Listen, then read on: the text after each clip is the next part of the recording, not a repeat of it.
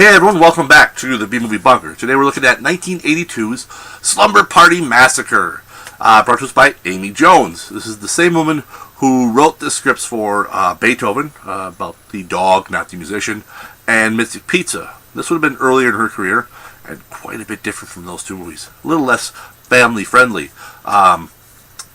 This is a slasher flick, if you couldn't tell by the title.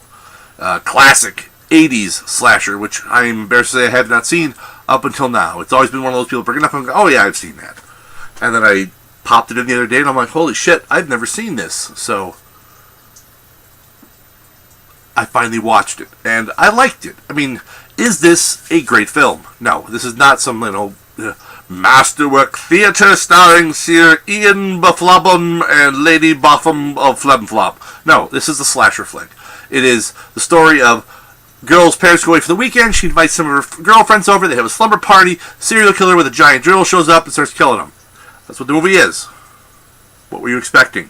Slumber Party Massacre. It's exactly what you get. You get exactly what the title promises you. You have a slumber party, and you have a massacre. Because a lot of people get killed by a dude with a drill. Well, where's the cord for that drill? That drill's so big. Shut up. You're overthinking a slasher film. Don't overthink the slasher film. What's the motive for the killer? He's a crazy fucker with a drill. That's the motive.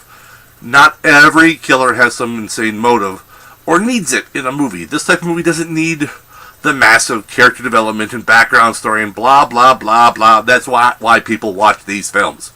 They're not watching it for that. They're watching to see a dude with a drill kill some girls and then eventually someone take his ass out.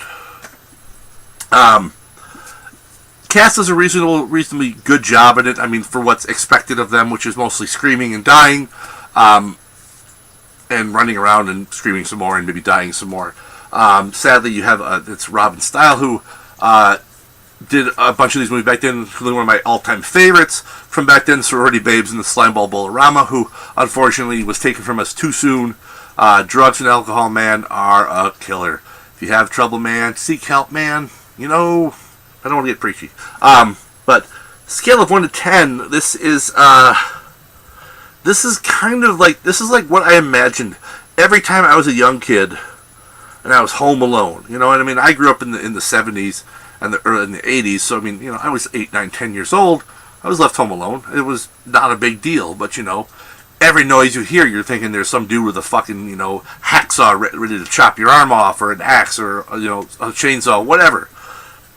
That's kind of what this, it kind of is reminiscent of that. It's also, it is a slice of 80s cinema history, that slasher flick that, yes, you have people who try to replicate it today, and there are one or two people who actually kind of do an homage or, a little piece where they throw back to that, and some do it okay, most don't, because they don't understand fully what these films were, and they don't have the passion for it. They're Hollywood's doing it for the quick buck. Let's just throw this out there, and Hollywood's also at the point where it's these things, when you saw the blood and stuff like this on these movies, you didn't see that anywhere else. Now you got fucking blood on TV all the time, and this was, edgier back then. And you have to accept that. If I hadn't grown up watching these, I might not feel the same way about it. Because it wouldn't be a piece of my history. And I might not have the passion that I do for some of these films. I would probably watch it and go, yeah, that was okay. The kills weren't that great. I mean, I know people these days where it's like if there aren't at least 78 limbs pulled off by different various machine parts, and you don't literally seriously drowned in blood, well, that just wasn't gory enough for me, or that wasn't a horror, whatever. So, if you like slasher films, especially some classic from the 80s, and you've never seen this one, you gotta check it out. And I'm looking forward to checking out number 2 and number 3. Yes, there are sequels. Of course there are sequels. How many movies have sequels? Most of them. So, that's all I've got for this one. Until next time, why don't you all stay safe out there in the wasteland, folks.